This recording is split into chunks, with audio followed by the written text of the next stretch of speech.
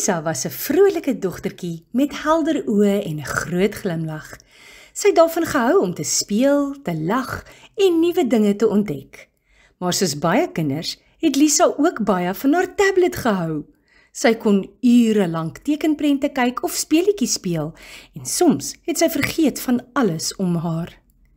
Eendag, na 'n lang oggend voor die skerm, het Lisa se oë begin juk en haar kop het seer begin voel. Sy het moeg gevoel, al het sy niks anders gedoen as om te sit en kyk nie. Mamma het gesien hoe Lisa voel en het saggies gesê, "My liefie, te veel skermtyd is soos te veel lekker goed. 'n Bietjie is lekker, maar te veel maak jou siek en moeg." Lisa het geknik. "Maar wat kan ek doen, mamma?" het sy gevra. Mamma het geglimlag. "Kom, ons gaan kyk." Sy het Lisa se hand gevat en hulle is buite toe. Die son het warm geskyn en die voeltjies het gesing.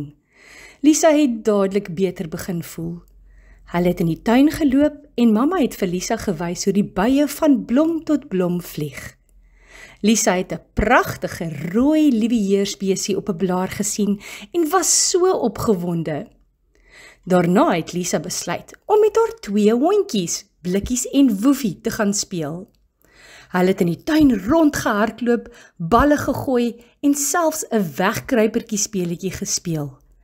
Blikkies het Lisa gejaag en Woefie het haar hand gelek asof hy sê, "Dankie vir die speeltyd."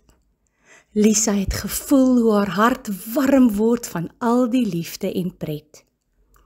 Later het Lisa se ouer suster Mia haar gevra om te help met 'n legkaart van 1000 stukke. Eers het dit baie moeilik gelyk, maar saam het hulle stukkie vir stukkie die prentjie begin bou. Hulle het gesels en gelag en Lisa het gevoel hoe lekker dit is om iets saam met haar suster te doen. Dit was baie meer pret as om alleen na 'n skerm te staar. Teen die aand was Lisa moeg, maar dit was 'n goeie, gelukkige moegheid. Haar oë het nie gejuk nie en haar kop het nie seer geword nie. Sy het besef dat daar soveel wonderlike dinge is om te doen in die wêreld wat haar liggaam en haar gedagtes gelukkig maak.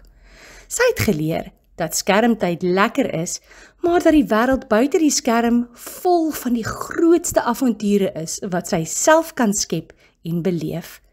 En dit, het sy gedink, is die allerbeste.